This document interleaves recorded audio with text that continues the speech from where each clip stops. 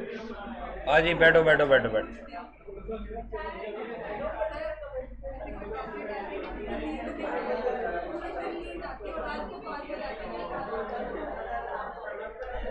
देखो, ऐसी कोई टैबलेट नहीं आती, बस से एक जो चीज जो नींद नहीं आती, नींद नहीं आने देती, वो चीज है आपकी जिद।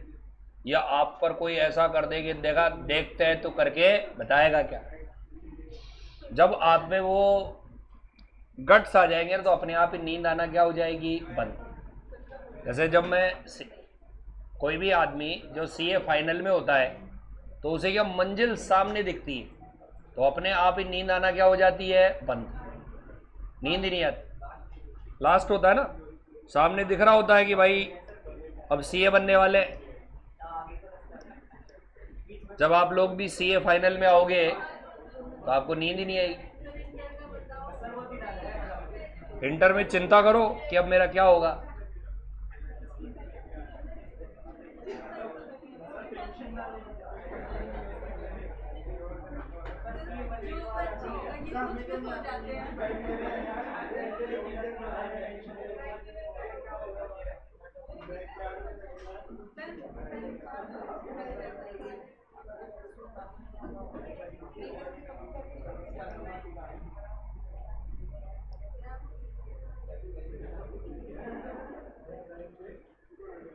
ये रहा जॉब एंड कॉन्ट्रैक्ट कॉस्टिंग। वो पेंडिंग है, वो मार्जिनल कॉस्टिंग में आएगा। हेडिंग लगाओ जॉब एंड कॉन्ट्रैक्ट कॉस्टिंग।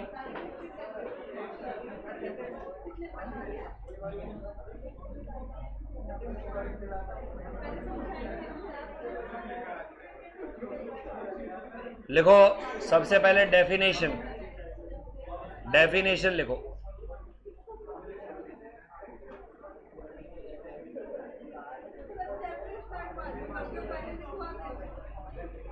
बिल्कुल, नोट तो करना ही पड़ेगा।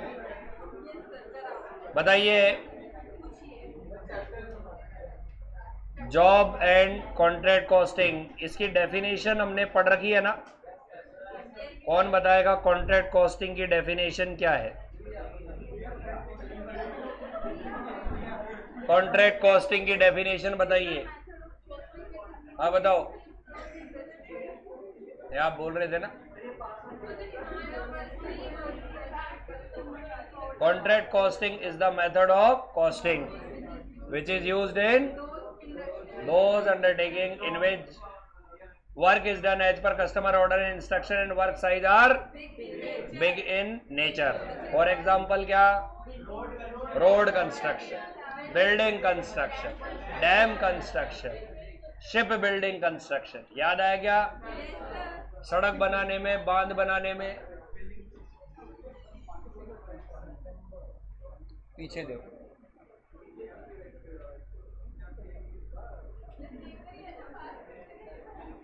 ओके, लिखो भाई डेफिनेशन, उसके बाद ये चैप्टर स्टार्ट करेंगे। It is the method of costing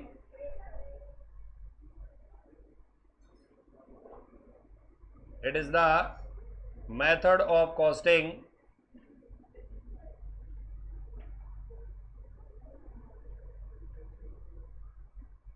which is used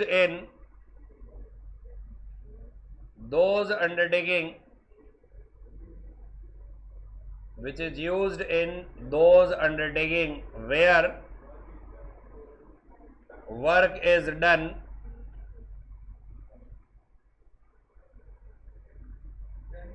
as per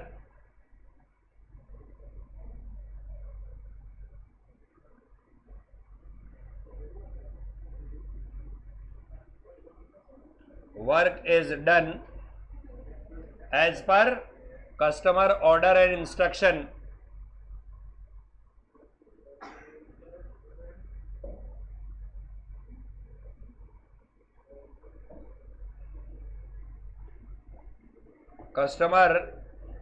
order and instruction but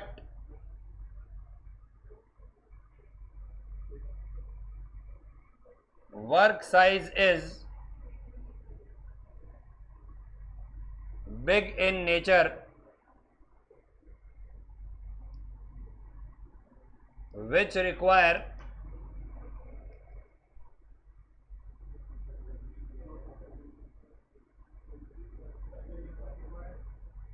more than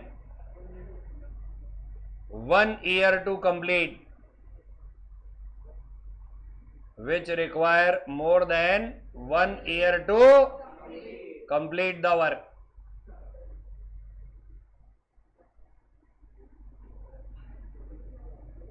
example बताइए, एग्जाम्पल में सबसे पहला एग्जाम्पल क्या होगा? Road construction, road construction, building construction,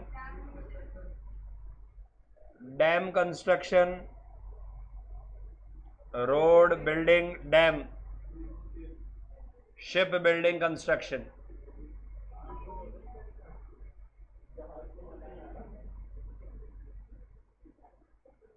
ship building construction लिख लिया? आगे लिखेंगे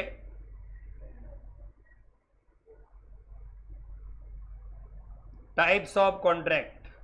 क्या वर्ड लिखा बताओ? Types of contract. अब मैं थोड़ा सा इसके बारे में बता देता हूं।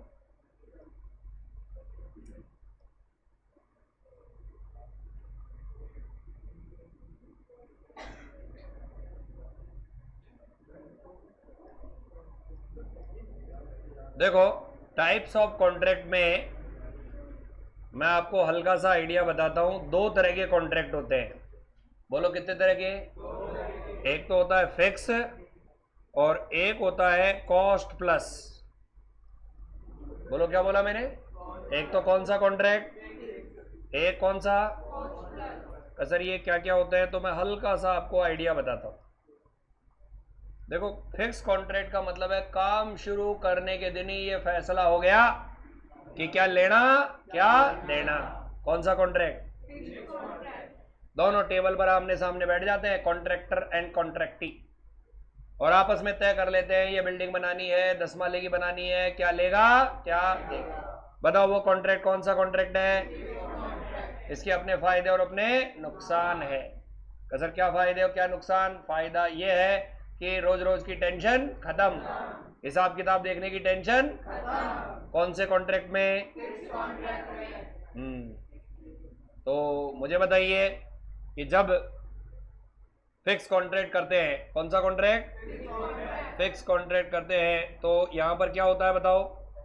यहां पर आपका कॉन्ट्रैक्ट शुरू में ही क्या हो जाता है? फ्रीज, फिक्स हो जाता है। अब जब शुरू में ही फिक्स और फ्रीज हो गया तो आप लोग क्या करते हैं कि इसमें नुकसान ये है कि यदि मटेरियल की प्राइस बढ़ गए, किसके प्राइसेस? लेबर की प्राइसेस बढ़ गई, मटेरियल की प्राइस बढ़ गई, तो कॉन्ट्रैक्टी को तो आ गया मजा और कॉन्ट्रैक्टर बेचारा परेशान होगा। अब कोई आदमी तब तक सहन कर सकता है जब तक कि उसका प्रॉफिट रिड्यूस हो। मैक्सिमम वो वहां तक जा सकता है कि प्रॉफिट ना मिले, लेकिन वो कहे कि भाई घर से पैसे लगा के इसे बना, तो कोई लगाएगा क्या? या तो वो काम छोड़ के भागेगा या फिर क्वालिटी के साथ क्या करेगा?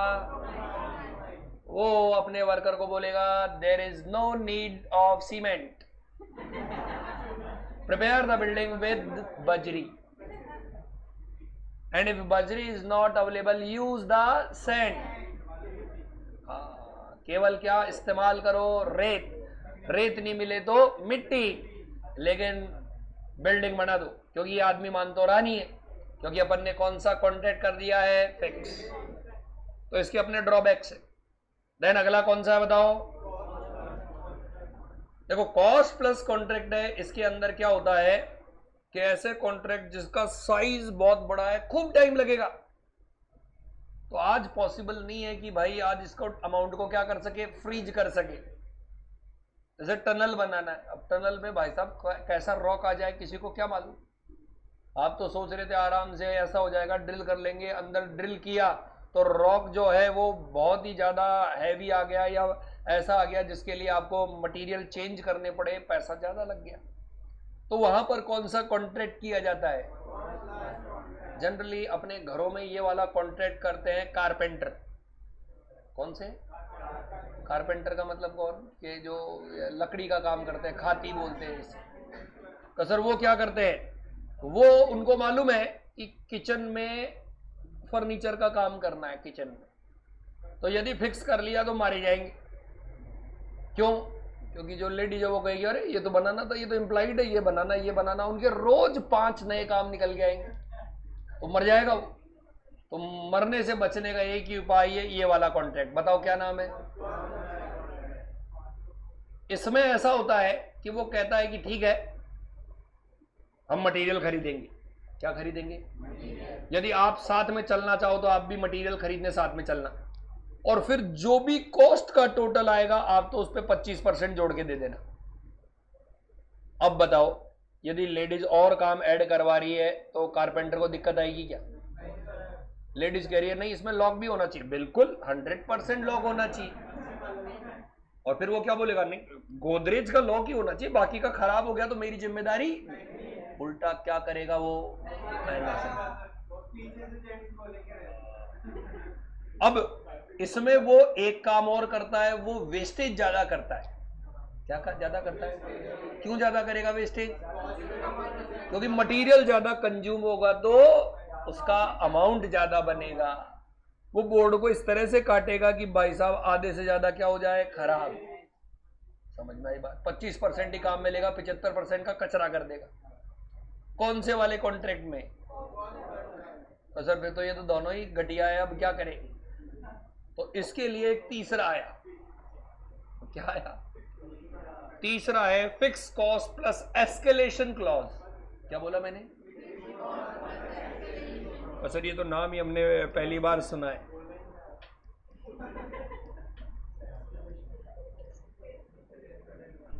यानी कॉन्ट्रैक्ट तो कौन सा वाला है? बस कॉन्ट्रैक्ट में एक वर्ड जोड़ दिया जाता है, बताओ कौन सा? सर इसमें क्या होता है? इसमें ये लिख दिया जाता है कि यदि मटेरियल का रेट इससे ज्यादा होगा तो आपको कॉम्पनसेट किया जाएगा, लेबर का रेट यदि इससे ज्यादा होगा तो आपको कॉम्पनसेट किया जाएगा। लेकिन ध्यान रखना, कॉम्पनसेट केवल रेट में किया जाएगा। किसमें किया जाएगा? क्वांटिटी में नहीं किया जाएगा। किसमें नहीं किया जाएगा? सर मतलब नहीं समझे। मतलब ये कि जैसे 1000 बैग सीमेंट के लगने थे, कितने? और एक सीमेंट का बैग है 300 का, कितने का? अब ये 300 की जगह सीमेंट का बैग कितने का हो गया? रेट कितनी बढ़ गई? तो तेरे को 1000 इंटू 100 का कॉम्पनसेशन हम देंगे, लेकिन तू यहां सीमेंट के कट्टे 2000 खींच जाए, तेरे मजदूर सीमेंट चुरा चुरा के लेके जाए। सीमेंट क्या करके जाए? और खाने का टिफिन लाए, खाना खाने के बाद खाली टिफिन में सीमेंट भर के ले जाए। ठीक है? और घर पे जाके मकान बना ले, तो हम मारे जाएंगे। तो सर क्या बात कर रहे हो? अरे ये जो बड़ी बड़ी बिल्डिंग्स होती है ना, इनमें वर्कर जब घर जाता है तो तलाशी होती है। आप इसको इजी वे में ले रहे हो। बड़ी बड़ी बिल्डिंग्स होती है ना, जिनमें वर्कर्स की जब छुट्टी होती है तो जाने से पहले सुपरवाइजर हर एक वर्कर की क्या लेता है? तलाशी, कि ये कोई सामान। तो आप मुझे बताइए, इतने सारा प्लम्बिंग का काम, नल का काम, ऐसा काम वैसा काम, ये लो ये 2 जो नल है उनको जेब में डाल के ले गया। एक नल है वो 4000 रुपए का आता है, वो तो 2 उठा के ले गया, कर दिया एक साथ ही ठंडा। कितने रुपए? एक दिन की सैलरी वसूल। तो चेकिंग होती है बड़ी बड़ी ऑर्गेनाइजेशन में, और बाकायदा इन्वेंट्री कंट्रोल होता है कि इतने नल थे, आज इतने इशू हुए, कहां पुट हुआ, तभी तो ये बिल्डिंग्स बन पाती है, वरना तो लूट खाएंगे लोग बाग इनको। भैया आपने अपने घर में मजदूरों से काम करवाया, आपके फादर और मदर दिन रात चिपके हुए रहते हैं नहीं रहते? तब जाके कहीं वो काम करते हैं। और इतनी बड़ी बिल्डिंग में हजारों मजदूर काम कर रहे हैं, काम करे क्या? सवाल ही नहीं, कंट्रोल किया जाता है और तब जाके काम होता है। सर इस चैप्टर में क्या है? तो इस चैप्टर में फिक्स कॉन्ट्रैक्ट ही बताया गया है। कौन सा वाला? और साथ में कौन सा क्लॉज बताया गया है? एस्केलेशन। कौन सा क्लॉज? Escalation clause. तो ये जो चैप्टर है ये एक्चुअली में हम पढ़ेंगे कॉन्ट्रैक्टर के एंगल से। किसके एंगल से? कॉन्ट्रैक्टी के एंगल से नहीं, किसके एंगल से? और कॉन्ट्रैक्टर कौन कौन से काम करता है वो हम यहां पर देखेंगे। तो सबसे पहले आप लिखोगे यहां पर इंपॉर्टेंट डेफिनेशन एंड फॉर्मूला। नहीं, ये बाद में लिखवाएंगे, ये फॉर्मूला और definition. Important definition and formula. हाँ, ये तो सिर्फ इतने से नाम लिख लो। एक तो फिक्स है और एक कॉस्ट प्लस है। इनकी डिटेलिंग आपको मैं होमवर्क में दूंगा ना। एग्जाम में तो कॉस्ट प्लस तो कभी कभी आ जाता है, बाकी तो कोई आता नहीं। Important definition and formula.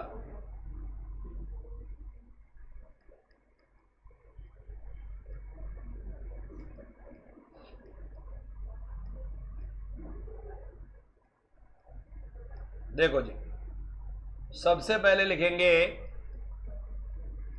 Value of work certified. बोलो क्या नाम लिखा, बताओ एक बार वापस से बोलो, क्या लिखा? Value of work certified. जरा आपको इसके बारे में बता दूं कि ये क्या चीज है, कैसे काम करता है। देखिए, ट्रेडिंग अकाउंट जानते हो आप? ट्रेडिंग अकाउंट में इधर क्या आता है? सेल के नीचे क्या आता है? आता है। तो जो ये वैल्यू ऑफ वर्क सर्टिफाइड है, ये एक्चुअली में आप ये समझ लो ये सेल है। क्या है ये? और एक मैं और बताऊंगा जिसका नाम होगा कॉस्ट ऑफ वर्क अनसर्टिफाइड। क्या नाम बोला मैंने? वो एक्चुअली में क्या है? अब इससे रिलेट करते हुए मैं बताता हूं, ध्यान से सुनना। Value of work certified contract price का वो पार्ट है। बोलो किसका पार्ट? जो पूरा हो चुका है, as well as architect certify कर चुका है। जो क्या हो चुका है और क्या हो चुका है? तो सर मतलब ये कि मुझे बताओ, बिल्डिंग क्या एक साल में बनके रेडी हो जाती? क्या लगता है? जैसे ये सामने बिल्डिंग दिख रही है आपको, क्या नाम है इसका? Golden leaf. मेरे को तो भूल गया। Golden leaf. आपको पता है ये कब से चल रही है? इसकी नींव लगते हुए मैंने देखा है यहां पर, इसी बिल्डिंग में। नहीं, सीए नहीं, ये बिल्डिंग बनना स्टार्ट हुई थी अप्रोक्स 2018 के आसपास। 2018 में दीपावली के आसपास ये स्टार्ट हुई थी और बहुत बड़ा फंक्शन ऑर्गेनाइज किया था। और जो एक इनके एजेंट है वो मेरे नोन थे, तो मेरे को भी बुला के लेके गए थे कि बुक करवा दे इनसे भी। मैंने कहा गरीब आदमी मैं कहां से। तो 2018, अभी कौन सा ईयर चल रहा है बताओ? चलो 18 को कैंसिल कर देते हैं। फिर भी कितने साल हो गए? 19, 20, 21। नहीं, कोरोना में काम थोड़ी रुका था, कोरोना में काम तो कंटिन्यू था। तो बताइए टोटल कितने साल हो गए? और अभी भी मेरे को लग रहा है 1 साल तो और चाहिएगा ही चाहिएगा कम से कम। इसमें क्या है, कुछ 7th या 6th फ्लोर तक तो कमर्शियल है और उसके बाद फिर रेजिडेंशियल है। यानी ये मिक्स्ड वर्जन है ये बिल्डिंग का। 6 मंजिल 7 मंजिल तक तो ये बिल्डिंग क्या है? कमर्शियल। और उसके बाद ये क्या है? रेजिडेंशियल। ऐसी बिल्डिंग है ये, आपको तो पता ही नहीं होगी ये बात। अब इस बिल्डिंग में 7 साल लगे। अब इस बिल्डिंग का काम किसी कॉन्ट्रैक्टर ने लिया। किसने लिया?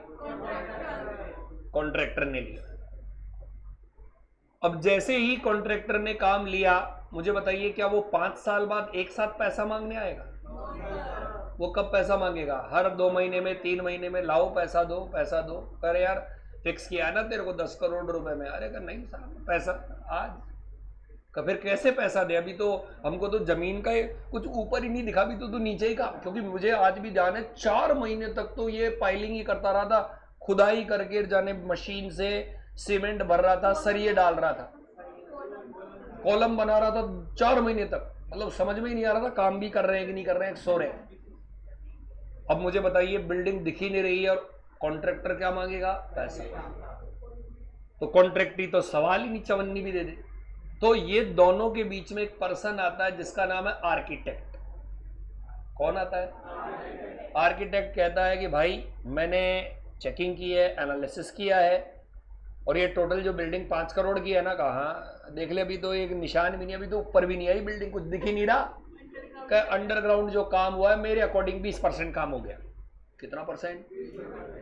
तो 5 करोड़ का 20% कितना हुआ? ये उसे देने पड़ेंगे। किसको देने पड़ेंगे? कॉन्ट्रैक्टी को, कॉन्ट्रैक्टर को देने। समझ में आई बात? तो आर्किटेक्ट जितना परसेंटेज सर्टिफाई कर दे वो हम क्या बोलते हैं?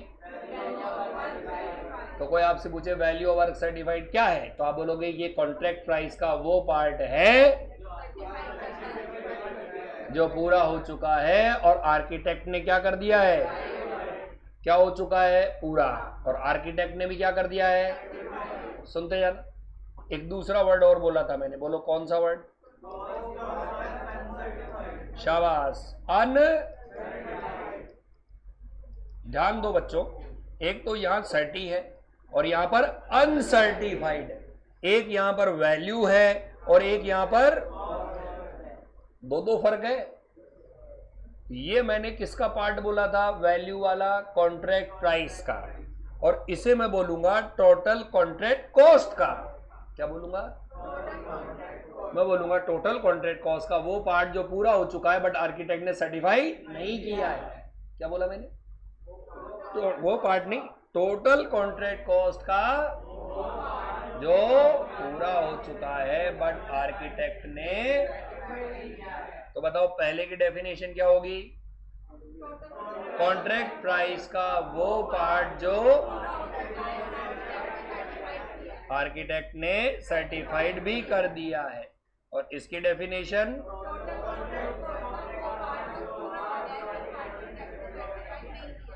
तो ये किसका पार्ट है बताओ? प्राइस। और ये किसका पार्ट है? तो सर एक ही तो बात है, कॉन्ट्रैक्ट प्राइस और कॉन्ट्रैक्ट कॉस्ट। अरे दोनों से उसका निकलेगा प्रॉफिट। किसका? कॉन्ट्रैक्टर का। कॉस्ट पे बना के देगा तो खाएगा क्या?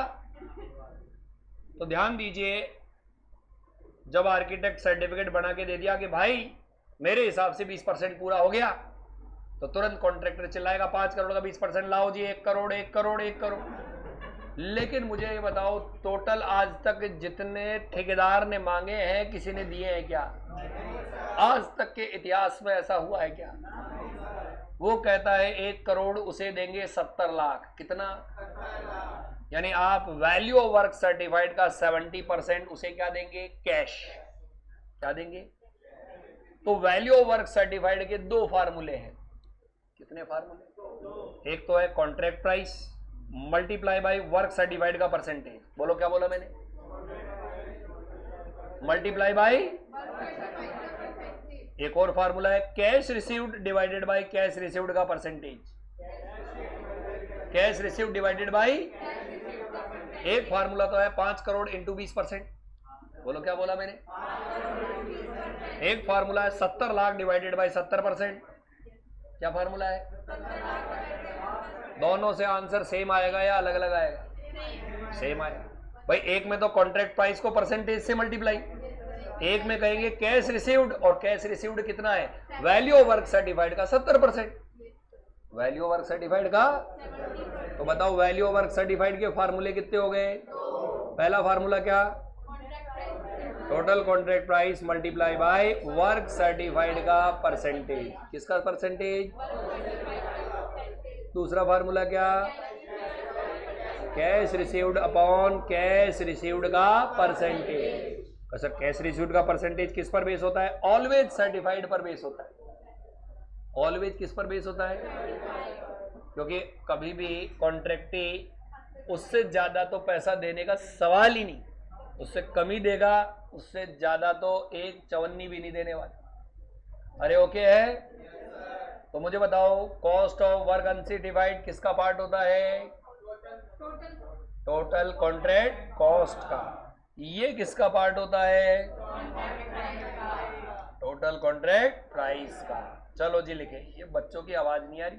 हाँ है तो आ रही है, चैट तो कर रहे।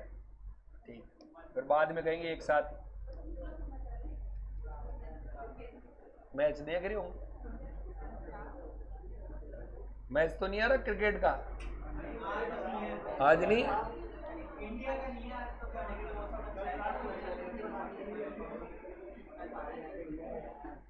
लिखेंगे सबसे पहले value of work certified.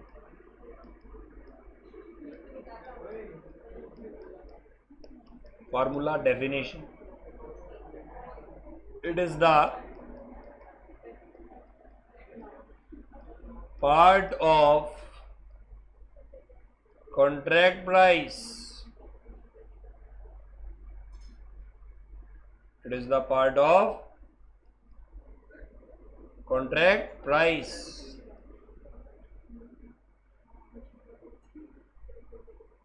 which is completed, which is क्या बोला मैंने, as well as certified by an architect। Architect मतलब समझते हो क्या, कौन होता है? बिल्डिंग का क्या बनाता है, नक्शा डिजाइन करता है, वो बनाता है ये पिलर रहेगा, इतना मोटा सरिया रहेगा, इतने सरिये रहेंगे, इतनी मंजिल बनेगी, ये स्पेस रहेगी। हाँ, मैंने तो मैन वर्सेस डिस्कवरी चैनल में आता है हाउ वी मेड, क्या आता है उसमें बुर्ज खलीफा जो है ना उसका कंस्ट्रक्शन बताया था, और फिर उसमें बताया था कि 3 साल इसकी डिजाइन बनाने में लगे। कितने साल? और अगले 3 साल में वो बन गया। यानी उसकी डिजाइन बनाने में कितना टाइम लगा और कंस्ट्रक्ट करने में कितना लग गया, 3 साल। बोलो कितना इंपॉर्टेंट होता है आर्किटेक्ट की डिजाइन। कॉस्ट तो कोई गिनती नहीं, इतनी कॉस्ट का है। उसमें चार्जेज है। यदि आप दुबई जाओ और बुर्ज खलीफा में जैसे कितने ज्यादा है क्या, मतलब उसमें 16,000 की टिकट है ना, 16,000 की, वो टिकट केवल आधी मंजिल की है। यदि आप टॉप पर जाना चाहते हो तो फिर वो 60-70 हजार रुपए की टिकट, 16,000 रुपए की एक टिकट, 164 मंजिल पर, ऐसे कुछ है। अपन कहां से बना लेंगे? मैं तो क्या कि नहीं है, नहीं हाउ वी मेड नहीं, मैं तो क्या है कि जो एक सीमेंट फैक्ट्री में गया था तो सीमेंट फैक्ट्री के अंदर टावर बने हुए थे। मैंने कहा ये टावर का बिल्कुल एग्जैक्टली बुर्ज खलीफा के बराबर है। मैंने कहा लेके चल, फील तो ले ही लेंगे। तो भाई वो लेके गया, सबसे ऊंचा टावर होता है क्योंकि सीमेंट कंपनी में ऐसे ऊंचे टावर्स बनाए जाते हैं, और वहां से वो उसको डालते हैं कोयले की राख को, और उसको नीचे से पका के उसे सीमेंट में कन्वर्ट करते हैं, ऊंचाई से डालते हैं कोयले की राख को, तो टावर बने हुए होते हैं ऊंचे ऊंचे। तो गया भाई, मैंने कहा चलो सर, तो लिफ्ट में लेके गया। लिफ्ट जो चलना स्टार्ट हुई, मैंने कहा भाई कितनी देर में पहुंचेगा, अभी तो 10 मिनट तो हो गए सर, अभी करीब 12 मिनट और लगेंगे। मैंने कहा है ऊपर जाने में, मैंने कहा कहीं छत तोड़ते हुए बिल्कुल बादलों के पार ही।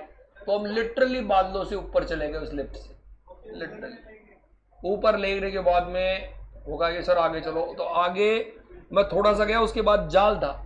मैंने कहा मैं इस जाल पे पैर नहीं रखूंगा।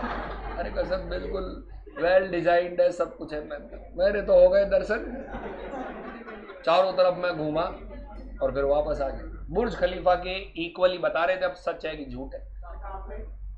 ये थी श्री सीमेंट, ये इधर है ब्यावर के आसपास, और ये बहुत ऊंची है, आपको दूर से दिखेगी 20 किलोमीटर पहले। अरे वो तो ऑडिटर थे उस टाइम पे, चले जाते हैं, ऐसे तो कौन जाने। कौन सा? वहां पर अलग व्यू है वो, ऐसा मैंने सुना है, सच है झूठ है कि वो दुबई है, कौन सी बिल्डिंग है उसमें आप जाओ फिर वो थोड़ा सा टिल्ट करते हैं उस बिल्डिंग, तो आपको ऐसा लगेगा मैं गिर रहा हूँ, तो कईयों के तो हॉर्स वहीं पे उड़ जाते हैं कि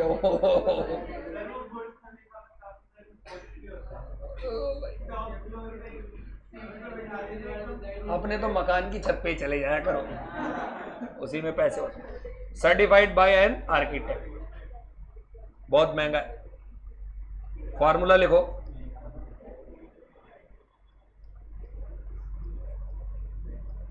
कॉन्ट्रैक्ट प्राइस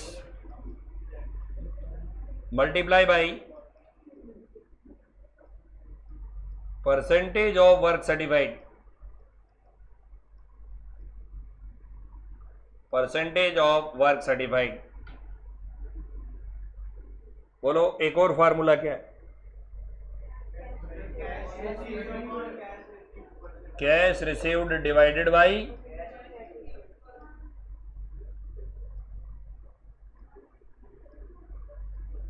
कैश रिसीव्ड, अरे ओके है, किसके फार्मूले हो गए? वैल्यू ऑफ, कितने फार्मूले हो गए? एक तो क्या हुआ बताओ, दूसरा क्या हुआ? Cash received upon cash received का परसेंट। अरे एग्री? ठीक। देन सेकंड क्या था बताओ? कॉस्ट ऑफ वर्क अनसर्टिफाइड,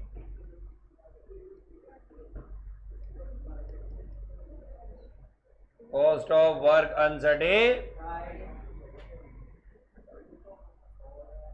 बताओ क्या आएगा इसमें? It is the part of total contract cost, it is the part of total contract cost which is completed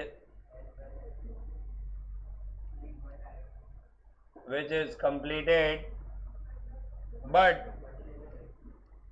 yet not certified by architect। तो sir architect certify क्यों नहीं करता? क्योंकि उसे ऐसा लगता है अभी ये पूरा नहीं हुआ। ठीक है, जैसे आपने छत डाल दी, आप कह रहे हो छत का काम पूरा हुआ, वो कहा नहीं मेरे अकॉर्डिंग छत का काम पूरा नहीं, जब तक छत सूख नहीं जाती, पक्की नहीं हो जाती, तब तक मैं इसे कंप्लीट नहीं। पानी भरो, अभी सेटल होने दो, 15 दिन के बाद फिर मानेंगे कि छत का काम पूरा हुआ। क्लियर है? बताओ कितने फार्मूले हो गए? कौन कौन से फार्मूले हो गए? इसके कॉस्ट ऑफ वर्क अनसर्टिफाइड निकालने के भी फार्मूले हैं, मैं बताता हूं। एक फार्मूला जो है वो है total cost incurred up to date minus cost of work certified. ध्यान रखना वैल्यू नहीं ली है, अरे क्या ली है? किसकी कॉस्ट ली है?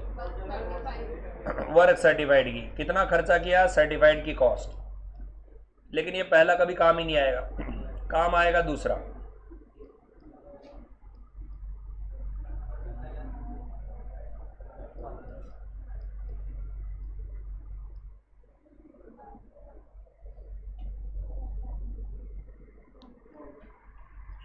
छोटा सा चूहे का बच्चा,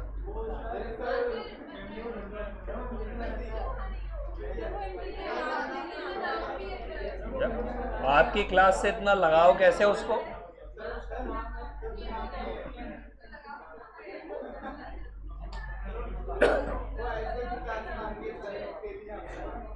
तुम लोग खाने पीने की चीजें डाल देते हो। हेमू, ये क्या नाम हुआ?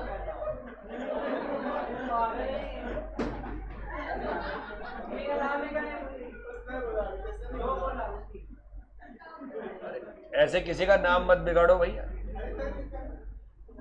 ऐसे ऐसे मत किया करो।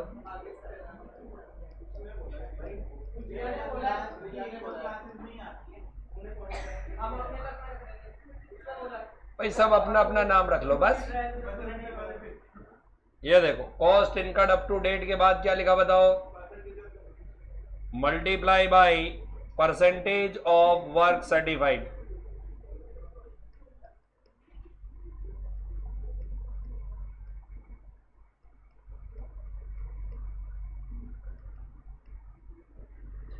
Percentage of work uncertified.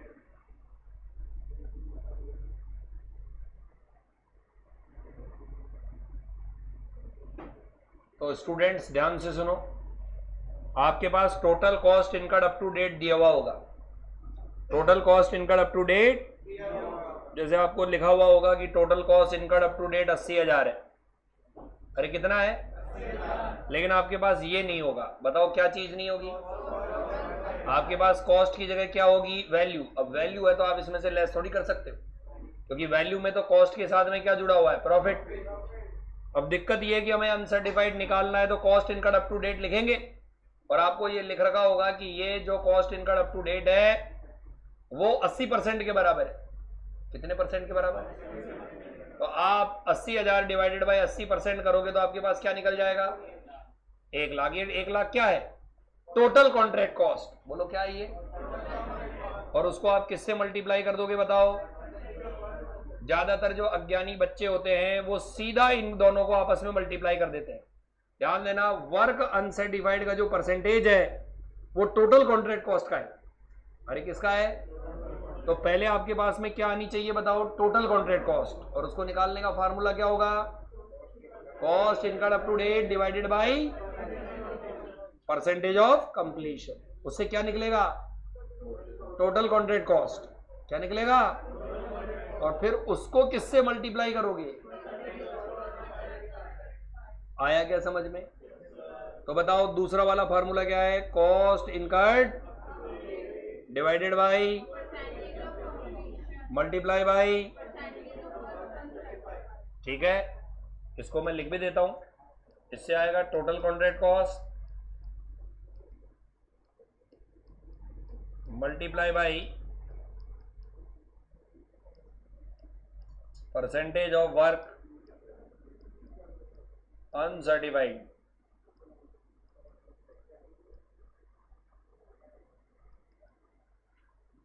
Percentage of work uncertified.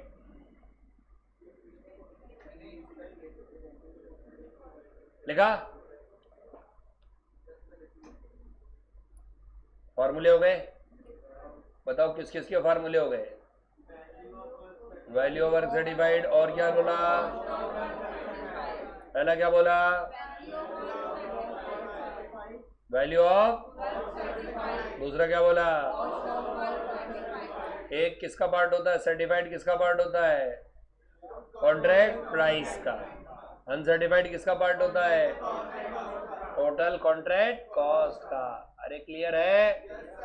Third लिखोगे नॉशनल प्रॉफिट। ध्यान रखना, नेशनल नहीं, नॉशनल प्रॉफिट।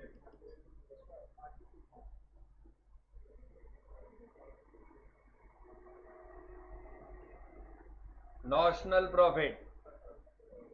कौन सा प्रॉफिट? इसका मतलब होता है it is the profit which is included in the value of work certified. क्या बोला मैंने? It is the profit which is included in. इसमें बताओ किस में इंक्लूडेड है वो? इसमें। वैल्यू ऑफ वर्क सर्टिफाइड में इंक्लूड प्रॉफिट का क्या नाम है? लिखेंगे it is the profit, it is the profit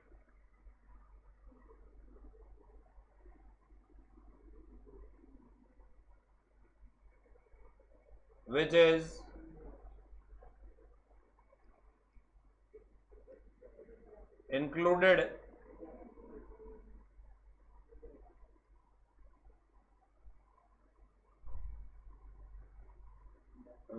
included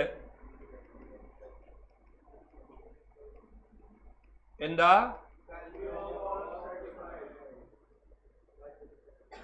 value of work certified. अरे लिखा ओके। फॉर्मूला लिखे नॉशनल प्रॉफिट का।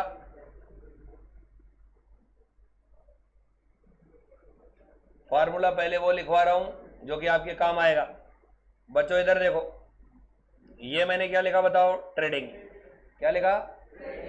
ट्रेडिंग में क्या क्या आते हैं? सेल। इधर तो क्या था? इधर इधर इधर इधर क्या आता है? सेल को मैंने क्या माना? Value of. क्लोजिंग को क्या माना? आया? और इधर परचेज आता है। क्या आता है? परचेज। ओपनिंग नहीं है तो परचेज आता है। ओपनिंग को एक बार जीरो मान लो। परचेज का मतलब यहां पर है कॉस्ट। परचेज का मतलब है cost incurred up to date. बोलो क्या? तो मुझे बताओ नॉशनल का फार्मूला क्या हो जाएगा? बताओ। Value of work certified plus minus. वैसे कायदे से क्या होना चाहिए? Value of work certified minus cost of work certified. लेकिन कॉस्ट ऑफ वर्क सर्टिफाइड देगा ही नहीं। तो देगा ही नहीं तो आपको यही फार्मूला लगाना पड़ेगा। बोलो क्या फार्मूला होगा?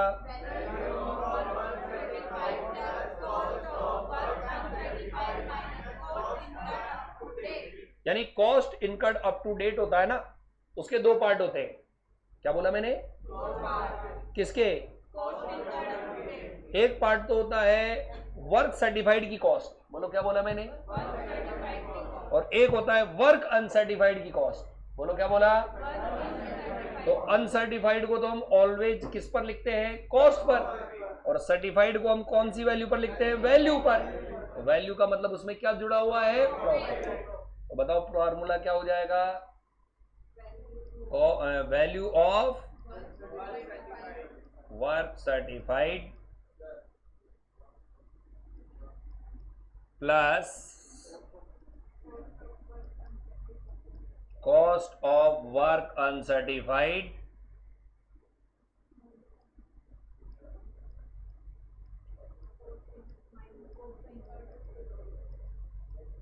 Minus cost incurred up to date. किसका फार्मूला आ गया? किसका आ गया? हाँ, नॉशनल प्रॉफिट। अच्छा एक फार्मूला और बता दो जो काम में नहीं आएगा, वो भी फार्मूला बता दो। बताओ फार्मूला क्या होगा? वैल्यू ऑफ वर्क सर्टिफाइड, अरे वाह, कॉस्ट ऑफ वर्क सर्टिफाइड।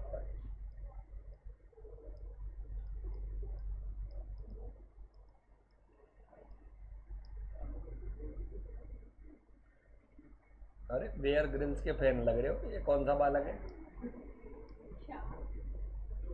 आप बेयर ग्रिल्स के फैन लग रहे हो। और बेयर ग्रिल्स का फैन तो नरेंद्र मोदी भी है। मैं कौन हूँ? मैन वर्सेस वाइल्ड में आता है।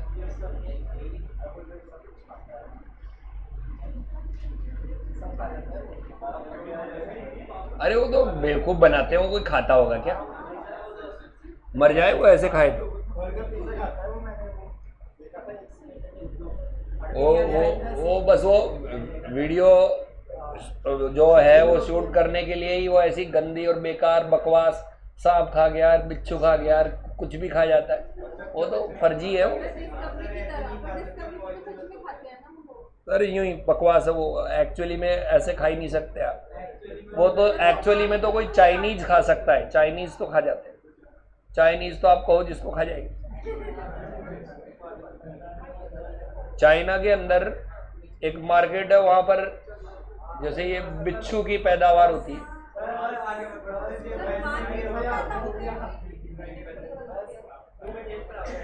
आप कभी मौका मिले चाइना जाना, पनियू जगह एक पनियू, वहां पर देखो आप मार्केट।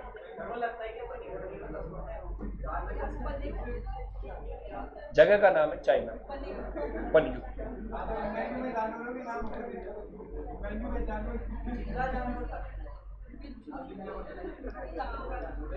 ओके, देन नेक्स्ट लिखो एस्टिमेटेड प्रॉफिट।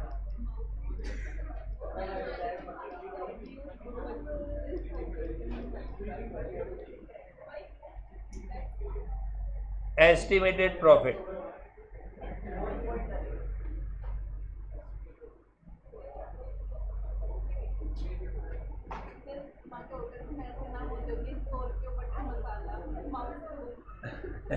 पता ही क्या नाम है बताओ? एस्टिमेटेड प्रॉफिट का सर इसका क्या मतलब है? एस्टिमेटेड प्रॉफिट का मतलब है टोटल कॉन्ट्रैक्ट में छुपा हुआ प्रॉफिट। क्या वर्ड बोला मैंने? नॉशनल प्रॉफिट का मतलब क्या बताया था? सर्टिफाइड में छुपा हुआ प्रॉफिट। एस्टिमेटेड का मतलब क्या? टोटल कॉन्ट्रैक्ट में छुपा हुआ प्रॉफिट। तो बताइए ये एस्टिमेटेड प्रॉफिट हेडिंग लगाएंगे नहीं और लिखेंगे it is the profit which is included, it is the profit which is included in complete contract price,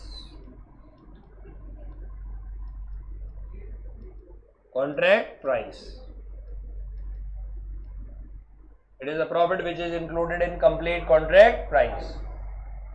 एक बोर्ड लगा हुआ देखा था मैंने, यहीं लगा हुआ है, याद नहीं आ रहा क्या लिखा हुआ है?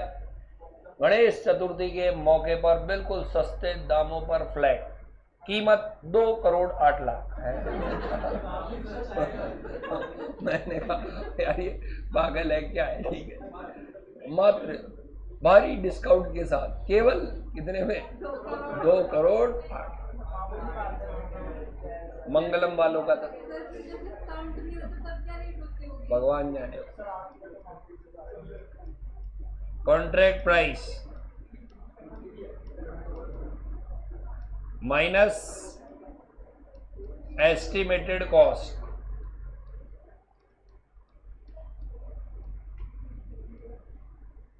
बताओ क्या लिखा मैंने? Contract price minus estimated cost. किसमें क्या लेस कर दिया? कॉन्ट्रैक्ट प्राइस में क्या लेस किया? कॉन्ट्रैक्ट प्राइस तो दिया हुआ होगा और क्या निकालना पड़ेगा बताओ? तो सर एस्टिमेटेड कॉस्ट निकालने का तरीका क्या? तो एस्टिमेटेड कॉस्ट निकालने का तरीका है अब तक कितना लग चुका, cost incurred up to date plus cost likely to be incurred in future. Cost क्या लिखा मैंने? जो फ्यूचर में लगेंगे प्लस प्रोविजन एंड कॉन्टिजेंसी। वैसे बाकी सब तो ठीक है, ये प्रोविजन क्या है? प्रोविजन का मतलब है इतनी बड़ी बिल्डिंग बनती है तो 2-3 मजदूरों की बलि ली जाती, मरेंगे ही मरेंगे 2-3, तो उनकी फैमिली वालों को क्या देना पड़ता है? कॉम्पनसेशन। उसका क्या बनाया जाता है? प्रोविजन।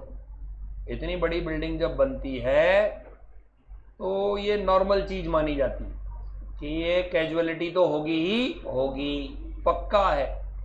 यदि आप कितने ही सेफ्टी गैजेट्स पहन लो बट 1-2 कैजुअलिटी हुए बिना नहीं रहती।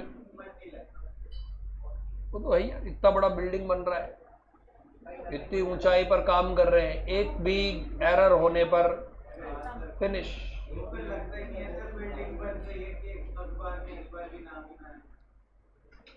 ऐसा नहीं, जो फॉरेन में बनती है उनमें तो प्रिकॉशन ली जाती है पूरी अच्छी खासी। अब ये इंडिया है, यहाँ पर कॉस्ट कटिंग पर ज्यादा ध्यान दिया जाता है। किस पर ध्यान दिया जाता है? Cost cutting. तो एक इकोनॉमिस्ट ने तो ये तक बोला था कि इंडिया एक ऐसी कंट्री है जहां पर भगवान ओवर टाइम कर रहे हैं। क्या वर्ड बोला उसने? इंडिया एक ऐसी कंट्री है जहां पर क्या भगवान को क्या करना पड़ता है? मतलब लोग बाग पूरा जोखिम पर डाल करके काम करते हैं, यहाँ पर कोई मतलब नहीं है, देखा जाएगा। तो भगवान को क्या करना पड़ रहा है? कौन सी कंट्री के अंदर? इंडिया। आप देखते होंगे रोड क्रॉसिंग करते वक्त लोग बाग कोई परवाह ही नहीं करते, उड़ा जाएगा कौन पे और बात कर रहा है। कई लोगों को तो पागलों को ऐसे देखता हूँ रॉन्ग साइड में आ रहा है, फोन पे बात और कर रहा है, एक हाथ में 4 सवारियां बैठा रखी है, हेलमेट नहीं लगा रखा और रफ्तार और मुंह में गुटखा और है। कहाँ जाएंगे? तो भगवान उन लोगों को बचाने के लिए क्या कर रहा है? क्या करे भगवान? ओके, तो बताओ एस्टिमेटेड कॉस्ट का डेफिनेशन क्या बताया? एस्टिमेटेड कॉस्ट का cost incurred up to, plus क्या बोला मैंने? प्लस क्या बोला? Provision and quantity.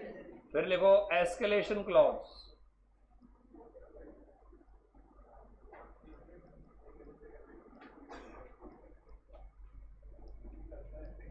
Escalation clause बली मांगती है ना बच्चे। क्या लिखा बताओ? Escalation clause. इसमें लिखेंगे it is the clause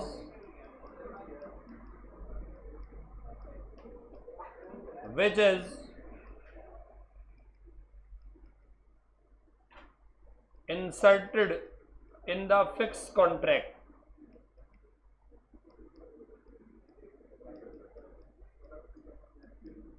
it is the clause which is inserted in the fixed contract in which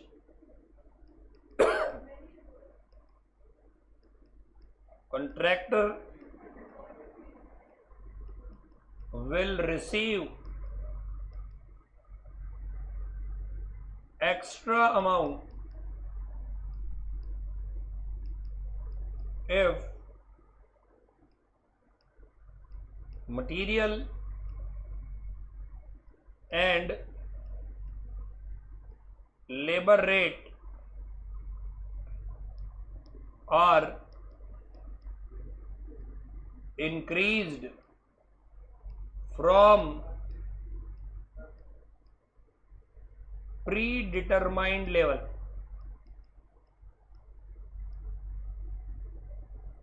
increase from predetermined level का सर मतलब ऐसा कि जब कॉन्ट्रैक्ट किया था तो 300 रुपए का बैग था, कितने रुपए का? तो एस्केलेशन क्लेम हो सकता है 300 से ऊपर होते ही ज्यादा बने वो ले लेना। दूसरा हो सकता है कि दोनों के बीच एग्रीमेंट करे, क्या 300 में आ जाएगा, थोड़ा तो सब्र कर, 305 के बाद आना। तो ये 305 कौन सी प्राइस हुई? Pre determined price. कई बार ऐसा होता है 305 से ऊपर जितना भी होना उसका आधा दे देंगे। तो कई तरह के कॉन्ट्रैक्ट होते हैं, कोई फिक्स नहीं है। एक तो होगा 300 से ज्यादा, एक होता है 305 से ज्यादा, एक होगा 305 से जो ज्यादा होगा उसका आधा, 20, 50, 60 जो भी।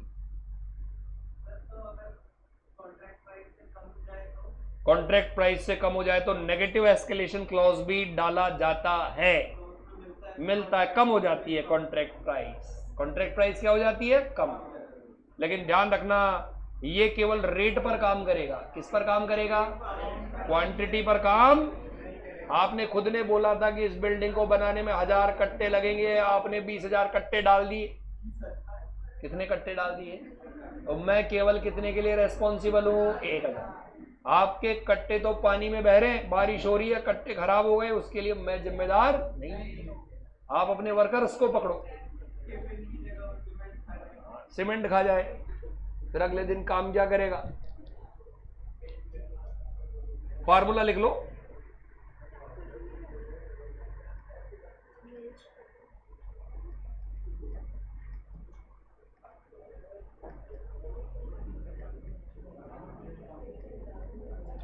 स्टैंडर्ड क्वांटिटी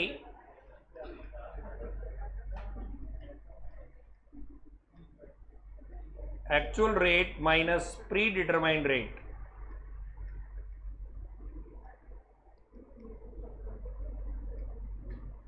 ठीक है, कल इससे आगे का देखेंगे।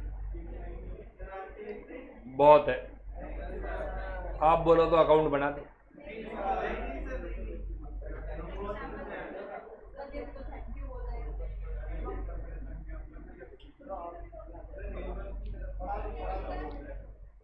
प्री डिटरमाइंड ट्रेड,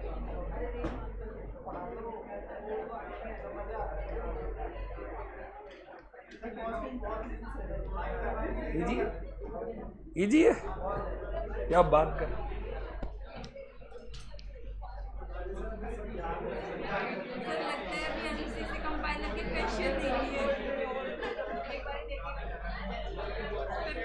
मजे नहीं आएंगे।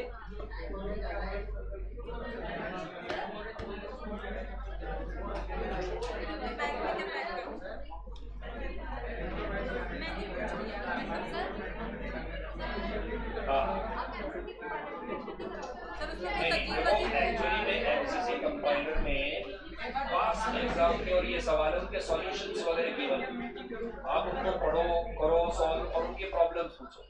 मैं क्या करंट पैटर्न के बेसिस पर करवा रहा हूँ, जिसमें प्रोबेबिलिटी ऑफ एग्जाम में आने के सबसे ज्यादा है। उनकी प्रोबेबिलिटी क्या है? लीस्ट, ज्यादातर जो करंट पैटर्न चल रहा होता है ना उसी में से आते हैं। 70% चांसेस उनके और 30% उनके। इस कारण बिल्कुल करो, प्रॉब्लम आए तो पूछो।